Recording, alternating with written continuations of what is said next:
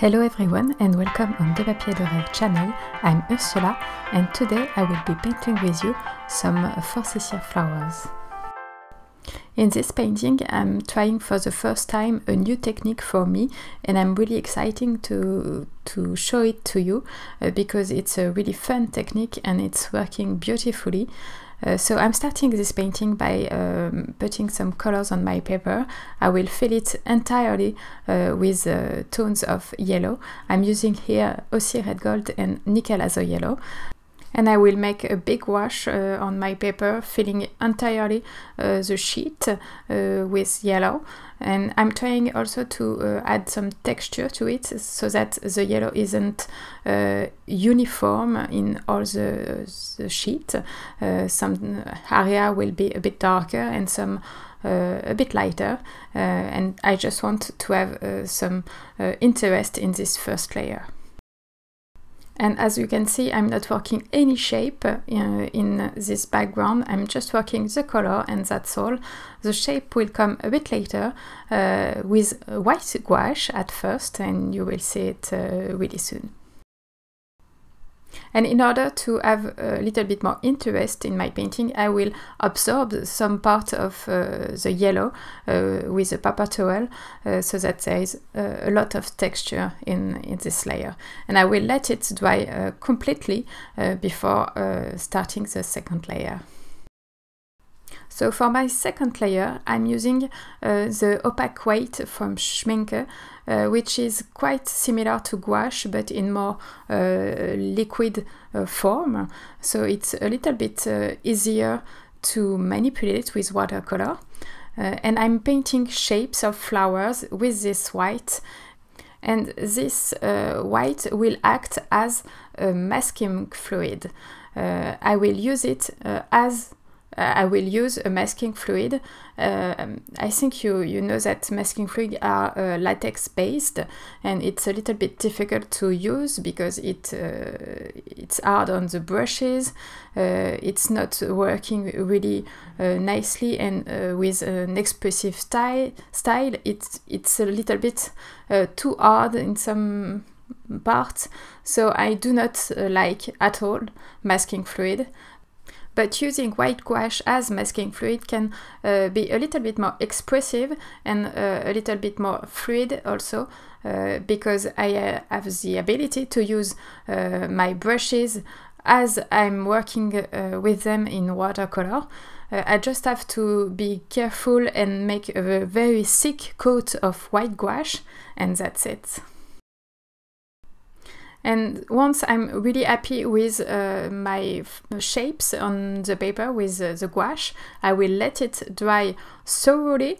And because I'm using a thick coat of gouache, I will wait really a long time before starting the third layer, which I'm doing right now. So as you know, I'm using white gouache for my masking fluid just because white gouache is reactivable and I can erase it with water. So right now I'm painting all this third layer with acrylic ink, which is permanent once dry. So I'm painting roughly around the white gouache, but it doesn't matter if I'm painting on top of white gouache because it's a really thick coat and it will not go through the white gouache totally and taint the paper underneath.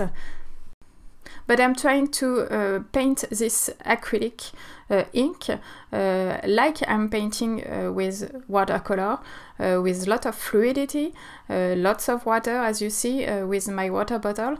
And I'm trying to be very expressive with my brush strokes. And I do not care too much about gouache running into my acrylic ink. It doesn't matter because the shapes are protected nonetheless. And I'm just having fun with acrylic ink for now. And I will let this layer dry also thoroughly before removing the white gouache. I was a little bit scared for this step just because I'm using acrylic ink and I cannot remove it at all once it's dry. So as it was my first time trying this technique, I wasn't sure of myself if it was working or not.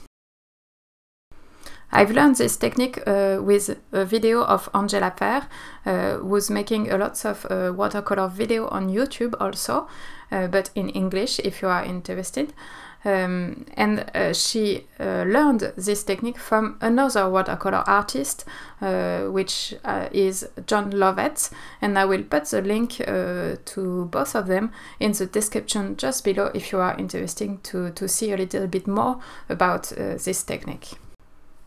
Once I'm happy with my layer, I will let it dry again, and I will talk you through my supplies for this painting. For the brushes, I'm using an Escoda Aquario number 18 and an Escoda Versatil number 8. For the colors, I'm using Ultramarine blue, Aussie red gold, Nickel Azo yellow, Rose Madder Lake. The acrylic ink is from Liquitex in muted grey, and an opaque white from Schmincke. And my paper is from Arches in rough. Once my acrylic layer has totally dry, I went to the sink and washed the gouache down with water, a lot of water, and I rub delicately on the surface just with my finger to wash totally the gouache, and that's what you see right now. All the gouache have protected my first layer from the acrylic ink, and all the shape I've made with the gouache are still visible with this tone of yellow I've put in the first layer. So it's a really interesting technique because I can paint whatever I want with all the shape, the brush work I want with the gouache, and make a really dark background on top of it, and still have my first work with the gouache visible, as if I was working with a masking fluid, but without any negative thing about it, because white gouache just wash it right away with water, and it's really way easier to use than regular masking fluid. So to summarize all the steps for this technique, first paint a wash of colors, but you are not obliged to paint a first wash. You can straight away paint with the gouache and make your shape, but I think it's a little bit easier to paint on top of a colored wash, just because you will be able to see where you put wash a little bit more easier. So the first layer of color, let it dry, and then paint your shape with white gouache, let it dry, and let it dry thoroughly, because if it's a thick coat of gouache, it takes some time to dry. And then the third step is to paint with acrylic ink around the gouache, and you can even paint on top of it. It doesn't matter, because the white gouache is so thick that it will protect the first layer in any way.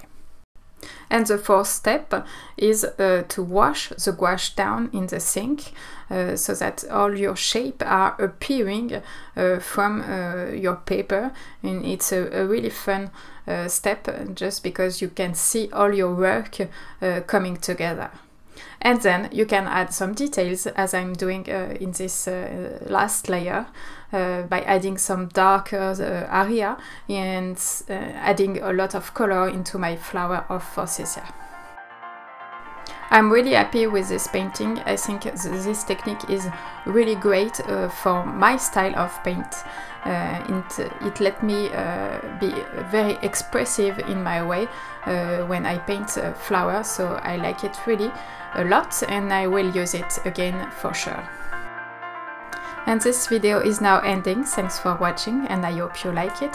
Please check the blog post for more information about it, and tell me what you think in the comments. See you soon.